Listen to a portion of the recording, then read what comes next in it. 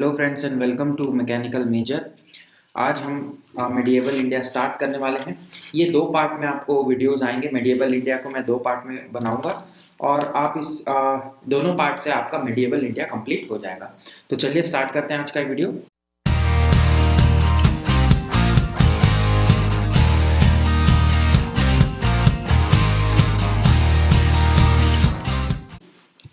आज के इस वीडियो में हम देखने वाले हैं कि दिल्ली सल्तनत कैसे बनी, कौन कौन से राजवंश वहाँ राज किए और उनके जो भी इम्पोर्टेंट बातें हैं वो मैं आपसे शेयर करूँगा। सबसे पहले हम देखेंगे कि अगर मैं एंशियंट इंडिया और मेडिएवल इंडिया इसके एक ट्रांजिशन फेज की बात करूँ तो मेडिएवल इंडिया में जब हम जाने लगेंगे तो वहाँ पर आप देखेंगे कि राजपूत्स आते हुए दिखेंगे। राजपूत्स रूलर आपको इस बीच दिखने वाले हैं। और राजपूत्स कौन है? तो राजपूत्स आर द फॉरेन इन्वेडर्स, और जो आकर के इंडिया में बस गए और यहाँ की जो सोसाइटी है उनके हिसाब से वो अपने आप को इंडिजिनाइज कर लिए, मतलब भारतीयता को उन्होंने अपना लिया और वो यहाँ के ही निवासी रह गए। तो राजपूत्स में आपको गुर्जर प्रतिहार्स दिखेंगे, देन आपको दिखेंगे परमार्स दिखेंगे, गुर्जर प्रतिहार्स, परमार्स एंड चौहान्स दिखेंगे। तो ये आपको तीन वंश वहां दिखता है जनरली आपके राजपूतों में, और गुर्जर प्रतिहार स्पेशली जो है और आपके चौहान, ये दो वंश जो है वो बहुत ही इंपॉर्टेंट है। गुर्जर प्रतिहार का आप देखेंगे कि एक त्रिपक्षीय संघर्ष की बात करते हैं, ट्राईपार्टाइट स्ट्रगल। ये किसके लिए होता है? तो कन्नौज के लिए होता है, कन्नौज पर अधिकार करने के लिए। तो इसमें कौन कौन रहेंगे? तो इसमें रहते हैं पहले तो प्रतिहार रहेंगे, प्रतिहार एक तरफ, बंगाल के पालाज रहेंगे, पाल, और रहते हैं राष्ट्रकूट, दक्कन के राष्ट्रकूटास। तो ये तीन पक्षों में संघर्ष, जिसे त्रिपक्षीय संघर्ष कहा जाता है। ये क्वेश्चन बहुत पूछता है। पाल थे, प्रतिहार थे और राष्ट्रकूट थे, और ये तीनों किसके लिए लड़ रहे थे? तो ये तीनों कन्नौज पर अधिकार के लिए लड़ते हैं। ये चीज, ये बैटल जो है पूछा जाता है, कौन कौन इसमें इन्वॉल्व थे। देन हम चौहान्स की बात करें तो चौहानों में भी आपको कुछ इंपॉर्टेंट मिलेंगे, जैसे अजमेर में इन्होंने राज किया और दिल्ली को इन्होंने ऑक्यूपाई किया। मुस्लिम जो थे घोरी, मोहम्मद ऑफ घोरी, हम आगे पढ़ने वाले हैं, उनके जो आक्रमण है, उनका जो इन्वेजन है, उनको ये क्या किया, इन्होंने फेस किया था। घोरी को किन्होंने फेस किया? चौहान्स ने। तो इसीलिए ये थोड़ा सा इंपॉर्टेंट हो जाते हैं।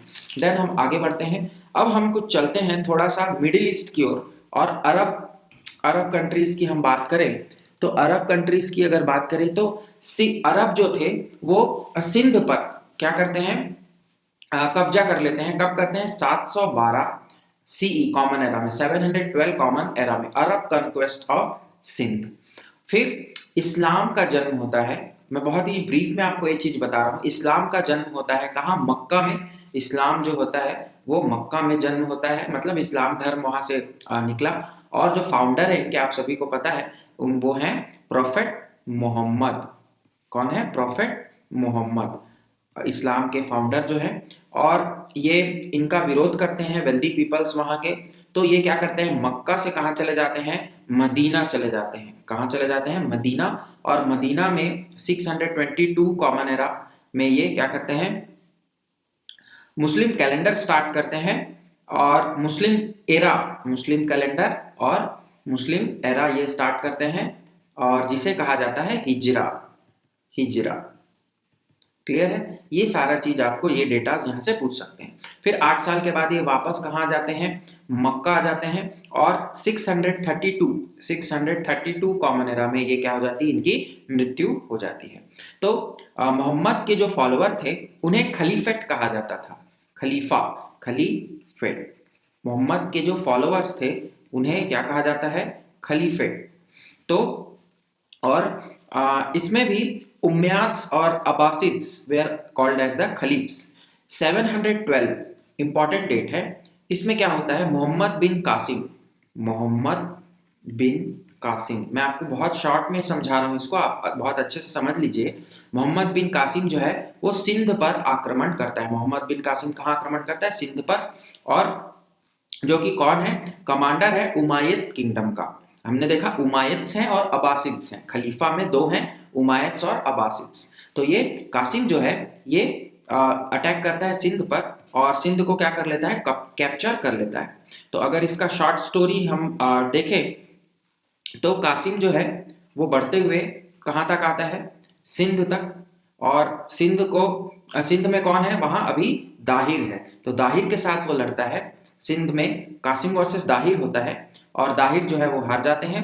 सिंध में कासिम का कब्जा हो जाता है और उसकी जो कैपिटल है वो एरोर। देन कासिम आगे बढ़ता है और कहाँ पहुंचेगा, कासिम आ जाएगा मुल्तान।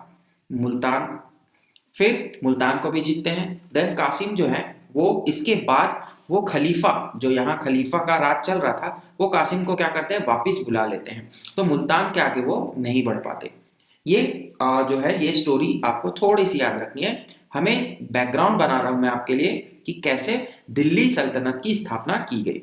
फिर सिंध जो है वो अरब्स के अंडर में चला गया और वहां से फिर जो इंडियन मेडिसिन थी, क्योंकि ये सपोज हमारे इंडिया का जो अगर मैप देखें, ये अभी प्रेजेंट का मैप था अगर हमारे, तो यहाँ पर के एरिया आपका जो था वो अरब था। ये आपका प्रेजेंट में भी यहाँ पाकिस्तान या अफगानिस्तान का इलाका है। तो यहाँ से जो थे ट्रैवलर्स आते थे और यहाँ से दवाइयाँ वगैरह ले करके ट्रैवलर जो है वो अरब कंट्रीज में जा करके अपनी बेचते थे। मतलब ट्रेड जो था वो यहाँ चलता रहता था।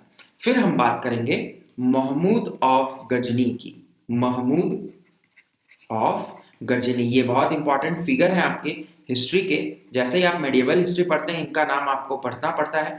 Bye the end of 9th century AD, मतलब कॉमन एरा, खलीफा जो है अब्बासिद खलीफा, यहाँ थे हमारे दो उमाइद्स और अब्बासिद्स। तो अब्बासिद्स जो है वो क्या हो जाते हैं, अब्बासिद खलीफा जो हैं वो क्या हो जाते हैं, उनका डाउनफॉल हो जाता है और या खत्म हो जाते हैं, वो डिक्लाइन हो जाते हैं। और टर्किश गवर्नर, टर्की के जो गवर्नर हैं, टर्किश गवर्नर वो अपना इंडिपेंडेंट किंगडम बनाते हैं और खलीफा जो है वो एक बस रिचुअल अथॉरिटी के रूप में रह जाते हैं। तो अब तुर्कों का वहां शासन हो जाता है। जैसे आप देख रहे हैं तुर्किश जो गवर्नर है जिनका नाम है एल्पटिगिन, एल्पटिगिन, उनके जो दामाद हैं सन इन लॉ वो है सुबुक्तगिन, सुबुक्तिगिन। ये क्या करते हैं, ये पेशावर पे आक्रमण करते हैं और पेशावर में उस समय किसका राज रहता है, वर्सेस जयपाल, जयपाल का राज रहता है या राजा रहते हैं वहां के।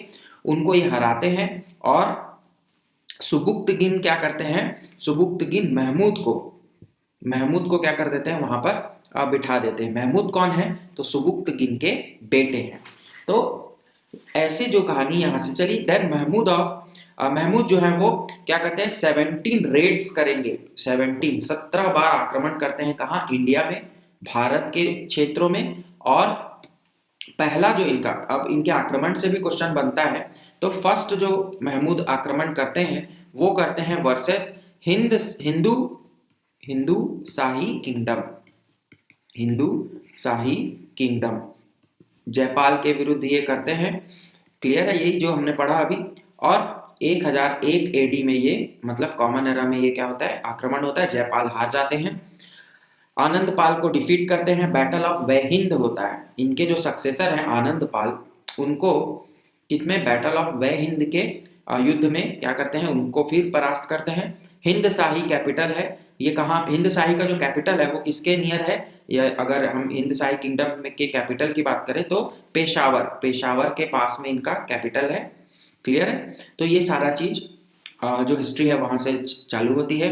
उनके रेट में वो क्या करते हैं, टेम्पल्स को प्लंडर करते हैं, लूटते हैं और सिटीज ऑफ नॉर्दर्न इंडिया को क्या कर देते हैं, पूरा रेड करके वहां पर भी बहुत नरसंहार और लूटमार मचाते हैं। महमूद ऑफ गजनी। तो यहाँ से हम देखते हैं कि पहला जो हुआ था वो 1018 कॉमन एरा में था। अब हम बात करेंगे उनके और रेड्स की, जो कि इंपॉर्टेंट है, क्वेश्चन पूछते हैं। 1011 कॉमन एरा में रेड होता है नागरकोट में। नागरकोट ये कहाँ है, ये पंजाब हिल्स में है। और थानेश्वर, नागरकोट एंड थानेश्वर, हमने पढ़ा था थानेश्वर, आपको याद होगा अगर आपने मेरा पिछला वीडियो देखा है तो। हर्षगुप्त के जो राजधानी बनाई थी थानेश्वर, ये दिल्ली के पास है। यहाँ पर वो करते हैं रेड। देन 118 में मथुरा में रेड करेंगे, जो कि एक होली सिटी है मथुरा। और कन्नौज पर भी ये अटैक करते हैं, मतलब मेन मेन जितने भी वहाँ के सेंटर्स थे, सिटीज थी, कैपिटल, वहाँ पर ये रेड करते हुए जाएंगे। देन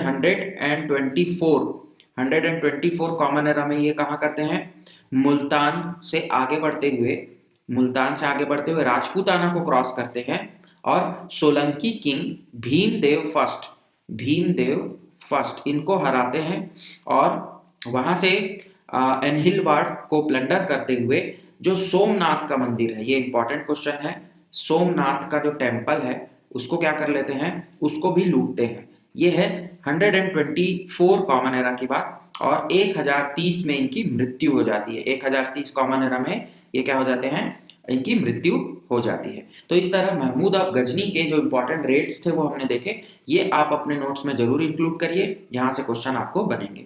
देन फिरदौसी और अलबरूनी जो थे वो बुक लिखे। फिरदौसी जो है वो शाहनामा लिखते हैं, ये बुक का नाम इंपॉर्टेंट है, ये क्वेश्चन आता है। और अलबरूनी जो क्या लिखे, ये लिखे Kitab e Hind on account of India, Bharat के बारे में जो लिखा गया है। तो ये दो बुक इनके फेमस है। अब क्योंकि ये तर्क्स का जो आक्रमण है वो आ चुका है, तो अफगानियों और तुर्कों के लिए अब रास्ता जो है वो खुल चुका था भारत का। तो भारत में अब आएंगे, कौन आएंगे, तो तुर्क और अफगानियों को हम आते हुए देखेंगे। ऐसे ही आक्रमण जो है वो आगे बढ़ता गया। तो अब हम पढ़ेंगे किनको, मोहम्मद घोरी, ये नेक्स्ट हमारे इंपॉर्टेंट फिगर आने वाले हैं, मोहम्मद घोरी। ये क्या है, गजनी जो इनका किंगडम है वहां के घोरी जो है वो वैसल, ठीक है, वैसल, गजनीज के वैसल ये थे। और आफ्टर गजनी की जो मृत्यु हो जाती है तो उसका एडवांटेज लेकर के, क्लियर है, गजनी को ये अपने अंडर कंट्रोल में कर लेते हैं और ये भारत पर अपना अधिकार जमाना चाहते हैं और अपने अंपायर को आगे बढ़ाना चाहते हैं। तो घोरी क्या करते हैं, घोरी देन 1175 में कहाँ आते हैं, मुल्तान, ये पाकिस्तान प्रांत जो अभी है वहां पर का एरिया है, मतलब सिंध को पूरा ये कैप्चर करते हैं। देन 1186 में ये सब कॉमन एरा चलेगा। अब आपको डेट्स बिफोर क्राइस्ट की बात नहीं करनी है।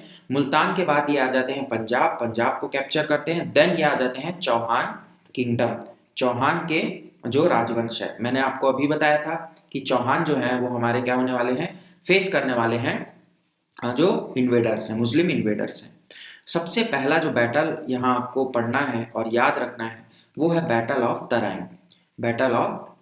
ये कब होता है, तो डेट भी बहुत इंपॉर्टेंट है, 1192 में होता है। फर्स्ट बैटल ऑफ तराइन 91 में होता है और सेकेंड बैटल ऑफ तराइन 92 में होता है। तो फर्स्ट बैटल की अगर हम बात करें तो फर्स्ट बैटल किनके बीच होता है, ये भी क्वेश्चन आएगा। तो फर्स्ट बैटल होता है मोहम्मद घोरी एंड पृथ्वीराज चौहान, आपने बहुत नाम सुना होगा इनका, आप जानते भी होंगे इस स्टोरी के बारे में। पृथ्वीराज चौहान के बीच युद्ध होता है। इस युद्ध में पृथ्वीराज चौहान जीत जाते हैं और मोहम्मद घोरी हार जाता है। फिर दूसरा युद्ध होता है, सेकेंड बैटल ऑफ तराइन होता है। तराइन का द्वितीय युद्ध होगा 1192 ईस्वी में और इसमें अगेन क्या होंगे, मोहम्मद घोरी होंगे एक तरफ और एक तरफ होते हैं अगेन पृथ्वीराज चौहान। बट अब यहाँ पर रिजल्ट बदल जाएगा, यहाँ मोहम्मद घोरी जो है वो जीत जाते हैं और पृथ्वीराज चौहान की हार होती है। और ये बहुत इंपॉर्टेंट बैटल है क्योंकि इस बैटल के बाद भारत की हिस्ट्री जो है वो बहुत बदलने वाली थी। तो इससे ये होता है कि फर्स्ट मुस्लिम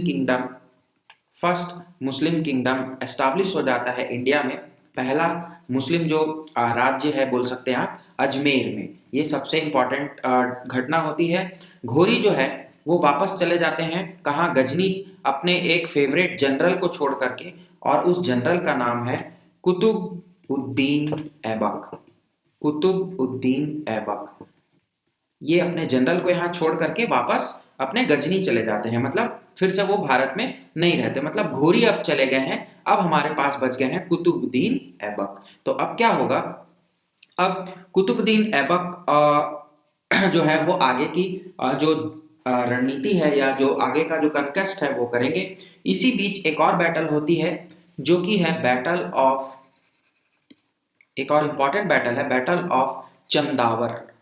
चंदावर चंदावर का युद्ध होता है, ये 1 साल के बाद होगा, 1193 में होगा। और इस युद्ध में कौन कौन भाग लेते हैं या किनके किनके बीच होता है, तो अगेन मोहम्मद घोरी आपको दिखेंगे, मोहम्मद घोरी, और इनके सामने होते हैं जयचंद। और ये जयचंद कौन है, तो ये जयचंद जो है ये गढ़वाल रूलर्स हैं। और इनके बीच जब युद्ध होता है तो मोहम्मद घोरी इसमें अगेन जीत जाते हैं और जयचंद की इसमें हार होती है। और कन्नौज पर इंपॉर्टेंट है ये कि कन्नौज, कन्नौज पर किनका अधिकार हो जाता है, मुस्लिमों का अधिकार हो जाता है। तो ऐसे ही सबसे पहले इन्होंने अजमेर पर अधिकार किया और फिर कन्नौज पर अधिकार कर लिया। तो ये दोनों बैटल इंपॉर्टेंट है। ऑफ कोर्स 3 हुए, battle first of Tarain, second battle of Tarain and battle of Chandawar. ये बेस रख बनाकर चले जाते हैं कौन, घोरी। और अब हमारे बीच बचेंगे कौन, तो अब होंगे कुतुबुद्दीन ऐबक, और यहीं से चालू होता है हमारा द दिल्ली सल्तनत। तो दिल्ली सल्तनत की अगर मैं बात करूं, जिसे दिल्ली सुल्तान कहा जाता है, दिल्ली के सुल्तानों के जो वंश के बारे में हमें पढ़ना है, तो वहां पर आपको मिलेंगे इनका। सबसे पहले हम टेन्योर देखते हैं, तो 1206 कॉमन एरा से ये कहाँ तक चलेंगे, 1526 कॉमन एरा तक ये हमें देखने को मिलेंगे। 1526 कॉमन एरा से आप एक और मुस्लिम जो है रूलर्स को आते हुए देखेंगे जो कि मुगल्स होंगे। तो ये सेकंड पार्ट में मैं आपको डील करूंगा। तो अभी हम देखने वाले हैं 1206 टू 1526 कॉमन एरा। इसमें आपको मेनली डायनेस्टीज पढ़ना है। तो सबसे पहले जो डायनेस्टी हम देखने वाले हैं वो है स्लेव डायनेस्टी। हिंदी में इसे गुलाम वंश कहा जाता है, क्योंकि मोहम्मद गोरी को गुलामों से बहुत प्यार था। और जो कुतुबुद्दीन ऐबक की हमने बात की, वो क्या थे, मोहम्मद गोरी के गुलाम थे, बट उनके फेवरेट थे। तो इसीलिए उन्होंने क्या किया, उन्होंने अपना जो इंडिया का जो कैप्चर्ड एरिया था वो उनके अंडर में करके वो वापस चले गए। इसे एक और नाम दिया जाता है, या इसे एक और नाम से जानते हैं, मामलूक डायनेस्टी। मामलूक डायनेस्टी, ये भी आपको याद रखना है। मामलूक जो थे वो पुरानिक टर्म है स्लेव के लिए। मामलूक का मतलब होता है जो स्लेव, दास।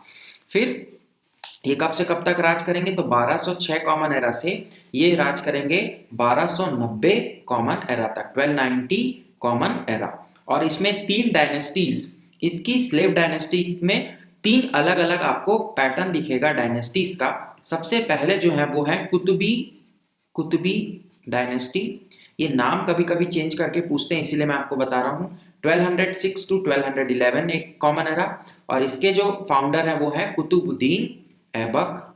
कुतुबुद्दीन ऐबक अभी हमने देखा। देन सेकंड में आपके आ जाते हैं, सेकंड में आ जाते हैं आपके first Ilbari dynasty. Ilbari dynasty ये है 1211 टू 1266 कॉमन एरा, और इनके जो फाउंडर हैं वो है इल्तुतमिश। और जो थर्ड हमारी डायनेस्टी यहाँ दिखेगी वो है सेकंड इलबारी डायनेस्टी। ये फर्स्ट इलबारी थी और ये है सेकंड इलबारी डायनेस्टी। यहाँ पर आपको थोड़े थोड़े नाम में कंफ्यूजन चालू हो सकता है, बट मैं सजेस्ट करूंगा कि आप मेरे साथ साथ पढ़िए, तो आपको कोई भी कंफ्यूजन नहीं होगा। 1266 से 1290 कॉमन एरा, और इसके जो फाउंडर हैं वो हैं बलबन। अब आपको 3 नाम मिल गए, कुतुबुद्दीन ऐबक, इल्तुतमिश एंड बलबन। हम इन्हीं तीनों के बारे में डिटेल में यहाँ पढ़ने वाले हैं, और इनके बीच जो भी इंपॉर्टेंट और आते जाएंगे हम उन्हें भी बीच बीच में देखते जाएंगे। तो सबसे पहले हम पढ़ते हैं कुतुबुद्दीन ऐबक। इन्हें 1206 में ये अपना फाउंड करते हैं डायनेस्टी को, स्लेव डायनेस्टी, और कुतुबी डायनेस्टी को ये फाउंड करते हैं स्लेव में। मोहम्मद घोरी के स्लेव हैं, और दिल्ली के पास इनका जो हेडक्वार्टर बनाते हैं। इनका जो टाइटल है वो है सुल्तान, और कैपिटल जो है वो है इनका लाहौर। याद रखेंगे, दिल्ली से ये राज नहीं करते, इनके जो कैपिटल है वो है लाहौर। ये क्वेश्चन आता है कि Qutbuddin Aibak was the founder of Delhi sultanate. No, actual founder अब हम आगे देखने वाले हैं, क्योंकि इनका कैपिटल तो लाहौर में है। देन राइटर्स, इन्हें लेखक इन्हें क्या बुलाते हैं, लाख बख्श बुलाते हैं। मतलब गिवर ऑफ लैक्स, बहुत ही दानवीर थे ये, लाखों का दान देने वाले थे, इसलिए इन्हें लाख बख्श कहा जाता है। और इनके जो पैट्रोनेज एक स्कॉलर हुए वो है हसन निजामी। हसन निजामी, हसन निजामी, ये आपको देख, ये नाम आपको मिलेगा। इन्होंने कुतुब मीनार का कंस्ट्रक्शन चालू कराया, कुतुब मीनार का, आफ्टर द नेम, अपने नाम से नहीं, आप कुतुब नाम से, ये अपने नाम से नहीं कराते, बट कुतुब मीनार किनके नाम से कराते हैं, तो कुतुबुद्दीन बख्तियार काकी जो कि सूफी सेंट है उनके नाम से कराते हैं। इनकी जो डेथ है ये हो जाती है 1210 में। कैसे, तो while playing, died playing Chaugan. Chaugan का मतलब होता है हॉर्स पोलो, मतलब घोड़े पर बैठकर जो पोलो खेलने का जो खेल है वो ये खेलते रहते हैं, और उसी पर ही इनकी मृत्यु हो जाती है घोड़े से गिरकर। और इनके बाद जो इनका बेटा है वो आराम बख्श, वो उनको गद्दी मिलती है, बट वो ओनली 8 मंथ्स तक वहां रहने वाले हैं। उसके बाद जो इंपॉर्टेंट हो जाती है रूलर, वो है हमारी द इल्तुतमिश, क्योंकि इन्होंने अगेन एक नया डायनेस्टी यहाँ इंट्रोड्यूस करेंगे, इल्बारी। इल्तुतमिश हमने देखा था अभी, इल्बारी ट्राइब ये करते हैं। इल्तुतमिश ये आपको दिखेंगे 1211 टू 1296 तक, क्लियर है, सॉरी 1236, वेरी सॉरी। फिर ये इल्बारी ट्राइब से बिलोंग करते हैं, इल्बारी ट्राइब, इसलिए इन्होंने इल्बारी डायनेस्टी फाउंड किया। ऐबक के ये क्या है, सन इन लॉ है, और इक्तेदार हैं ये ग्वालियर के, इक्तेदार ऑफ ग्वालियर। इक्ता जो है वो हम आगे देखने वाले हैं। अपने कैपिटल को ये क्या करते हैं, लाहौर से हटा करके कहाँ ले आते हैं, दिल्ली ले आते हैं। अब आपको मिल गया होगा अपने क्वेश्चन का आंसर कि दिल्ली सल्तनत के एक्चुअल फाउंडर कौन है, तो actual founder was Iltutmish. Iltutmish के द्वारा सही में, या आप बोले कि ओरिजिनली दिल्ली फाउंडेशन जो हुआ, दिल्ली में जो फाउंडेशन डाली गई वो थी इल्तुतमिश के द्वारा। मंगोल के लीडर जो हैं तैमूरजीन या चेंगिस खान, वो आ जाते हैं कहाँ, सेंट्रल इंडिया को इन्वेड करते हुए, और बंगाल, बिहार, सिंध, मुल्तान, अजमेर, ग्वालियर, जालोर एंड रणथंभौर, इनको ये क्या करते हैं, अनेक्स करते हैं इल्तुतमिश। बहुत इंपॉर्टेंट रूलर हैं दिल्ली सल्तनत के, क्वेश्चन यहाँ से आता है। फिर अब्बासिद खलीफा से इन्हें 1229 में क्या मिलता है, लेटर ऑफ रिकॉग्निशन मिलता है, जिसे मंसूर कहा जाता है। मंसूर ये प्राप्त होता है खलीफा से 1229 में इल्तुतमिश को। और इनकी जो डॉटर है उनका नाम है रजिया, और ये इन्हें क्या करते हैं, सक्सेसर अपना घोषित करते हैं, सक्सेसर रजिया। और हेरिडेटरी सक्सेशन मतलब वंशवाद जो है, मतलब में राजा का बेटा राजा बनने वाली जो बात है वो यहाँ से चालू हो जाती है। और सूफी सेंट जो है वो भारत में आए हैं, इनके समय में ही आए हैं, और इन्होंने कुतुब मीनार का जो कंस्ट्रक्शन है वो दिल्ली पर कराया, कंप्लीट कराया। मॉस्क बनाई अजमेर में, और भारत में अरेबिक सिक्कों को ये चलाते हैं। सिल्वर का टंका, ये इंपॉर्टेंट है, सिल्वर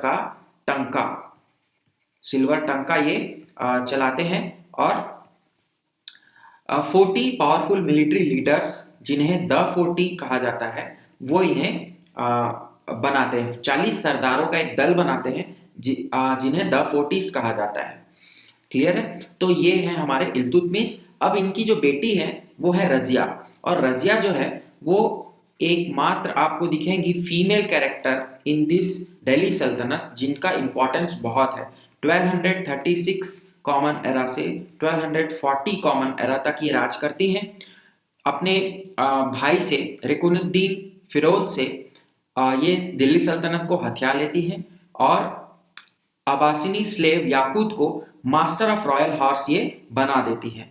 और Bahrain was made Sultan, Bahrain को सुल्तान बनाया जाता है टर्किश नॉवेल के द्वारा। एंड आफ्टर दैट रजिया को क्या किया जाता है, डिफीट करते हैं वो, और उन्हें मार दिया जाता है। तो 1240 ईस्वी में इन्हें मार दिया जाता है। तो Razia was the only Muslim lady, sorry, और you can say lady who ruled the Delhi sultanate, एकमात्र मुस्लिम शासिका, महिला शासिका आप बोल सकते हैं। देन हम आगे चलते हैं। अब आ जाते हैं इनके बाद, हम जो इम्पोर्टेंट रूलर हैं वो है Balban. Balban was a very important ruler as far your Delhi सल्तनत इज कंसर्न। तो बलबन जो है वो 1246 टू 1287 तक इनका जो रूल है वो रहता है। और बलबन जो है, गयासुद्दीन बलबन या उलूग खान, वो नाइब के तरह काम करते थे सुल्तान के। और बलबन जो है वो सुल्तान ने मतलब नासिरुद्दीन महमूद ने उन्हें अपना दामाद बनाया, सन इन लॉ बनाया। 1266 में महमूद की मृत्यु के बाद बलबन जो है वो क्या बन जाते हैं, थॉर्न में आ जाते हैं। उसके बाद बलबन जो है वो अपने आप में भगवान का जो छाया है वो बोलते हैं। वो सिजदा और पाबोस, सिजदा और पाबोस, पाबोस ये चालू कराते हैं। सिजदा का मतलब होता है सुल्तान को झुककर प्रणाम करना, और पाबोस का मतलब होता है कि सुल्तान के पैर को चूमना। तो ये दो चीजें चलाते हैं। देन नौरोज, नौरोज जो है वो पारसियों का नव वर्ष है, ये मनाने की परंपरा ये चालू करते हैं। इंडियन मुस्लिम्स को ये इम्पोर्टेंट पोस्ट नहीं देते। और जो 40 सरदारों का दल जो बनाया गया था द 40, उनको ये क्या करते हैं, उनको ये डी पावर कर देते हैं, उन्हें हटा दिया जाता है। और एक सेपरेट मिलिट्री डिपार्टमेंट ये चालू करते हैं जिसका नाम ये देते हैं दीवान, सॉरी, दीवान ए अर्ज, दीवान ए अर्ज, ये नाम से आपको मिलेगा, दीवान ए अर्ज। ये मिलिट्री डिपार्टमेंट ये चालू करते हैं। उसके बाद इनकी जो ग्रैंडसन है कैकुबाद, वो सुल्तान बनाया जाता है। लेकिन 4 साल के बाद जलालुद्दीन खिलजी ने दिल्ली की सल्तनत पर अधिकार कर लिया। तो अब आप देखेंगे कि स्लेव डायनेस्टी जो थी वो क्या हो गई, हट गई, और अब उनके जगह पर कौन आ गए हैं, तो अब आ जाएंगे खिलजी। तो नेक्स्ट जो डायनेस्टी हमें पढ़ना है वो है खिलजी डायनेस्टी। आई थिंक कि आज के इस वीडियो के पार्ट में आपके लिए इतना ही। नेक्स्ट वीडियो में हम खिलजी डायनेस्टीज को देखेंगे और इनके इंपॉर्टेंट रूलर्स को भी देखेंगे। So thanks for joining. अगले वीडियोस मैं बहुत जल्द लेकर के आऊंगा आपके लिए। Thank you very much.